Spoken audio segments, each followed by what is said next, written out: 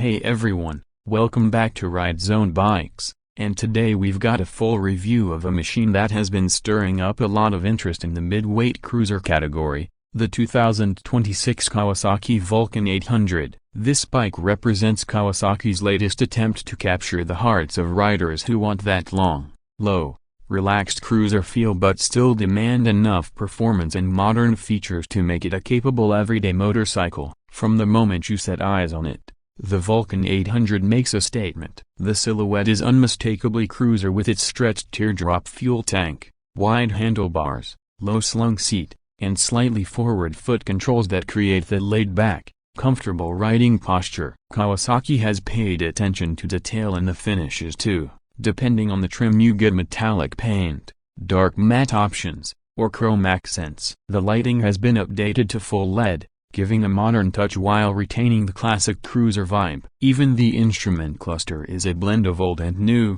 with an analog tachometer paired to a crisp digital display that shows speed, fuel, gear position, and trip data without being cluttered. It's clear Kawasaki wanted this bike to bridge the gap between traditional cruiser riders and those who expect modern functionality. Powering the 2026 Vulcan 800 is a liquid-cooled twin around the 800cc mark, tuned for exactly the kind of torque delivery that makes a cruiser so satisfying. This isn't about screaming horsepower numbers, it's about strong pull in the low and mid-range, the kind of grunt that lets you roll on the throttle and surge forward without needing to chase high revs. Expect figures in the ballpark of 55 to 70 horsepower and torque around 60 to 70 Newton meters. Numbers that might not wow on paper but translate into a very usable and enjoyable ride out on real roads. Coupled to a smooth 6-speed gearbox, the Vulcan 800 is designed to cruise effortlessly at highway speeds while still being nimble enough for urban streets. The chassis is a steel-framed design for stability yet tuned with geometry that keeps the handling approachable. Suspension comes from conventional telescopic forks at the front and a rear monoshock with preload adjustment. This isn't sport bike suspension,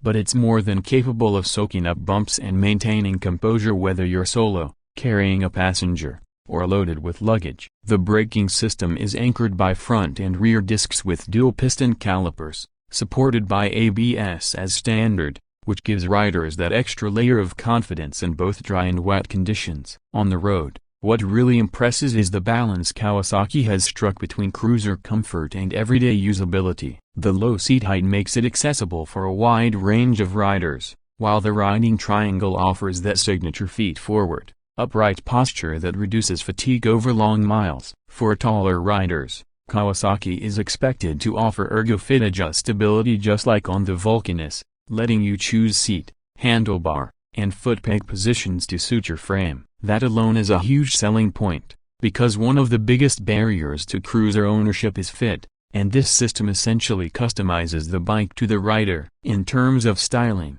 Kawasaki has kept things versatile. For those who love the classic look, chrome exhausts and glossy paint options deliver nostalgia. For riders leaning modern, there are blacked-out engine covers, matte colors, and minimalist detailing that lend a dark custom feel. This duality gives the Vulcan 800 a broad appeal, and with Kawasaki's accessory catalog you can personalize it further with windscreens, saddlebags, backrests, and upgraded exhausts. Performance-wise, the Vulcan 800 feels planted on the highway. The long wheelbase and relaxed rake ensure stability, and the torquey motor means passing slower traffic doesn't require constant downshifts. In the city it remains manageable thanks to well-weighted steering and predictable clutch engagement. At roughly 220 to 240 kilograms curb weight it's substantial enough to feel solid without being so heavy that low-speed maneuvers are intimidating. Fuel capacity should be around 14 to 16 liters,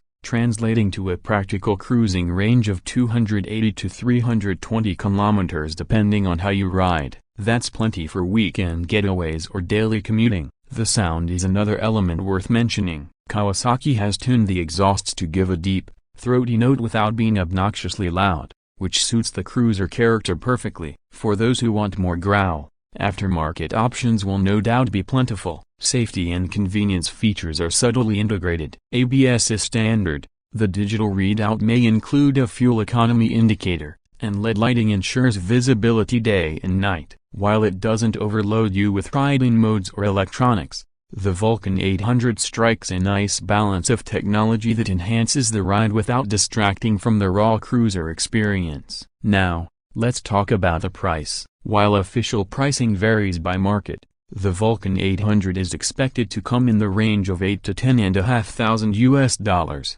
which puts it squarely in the competitive mid-cruiser bracket. In some markets with taxes and duties the price will climb, but Kawasaki has positioned this bike as an attainable cruiser with premium feel, and that should make it a very attractive option against rivals from Harley-Davidson, Honda, and Yamaha. What makes the 2026 Vulcan 800 unique is the combination of approachability, adjustability, and styling versatility. It isn't trying to be a massive heavyweight cruiser, nor is it a stripped-back beginner bike. It lands right in the middle, a sweet spot for riders who want something that looks and feels substantial without being overwhelming. The Ergo-Fit system broadens its accessibility, the modern lighting and instruments give it a contemporary edge, and the Kawasaki badge ensures reliability and dealer support. In terms of weaknesses, weight might be a factor for brand new riders, and the focus on mid-range torque means it may not deliver the same high-end punch some sport-inclined riders crave. But that's not really the point of a bike like this. The Vulcan 800 is about enjoying the ride,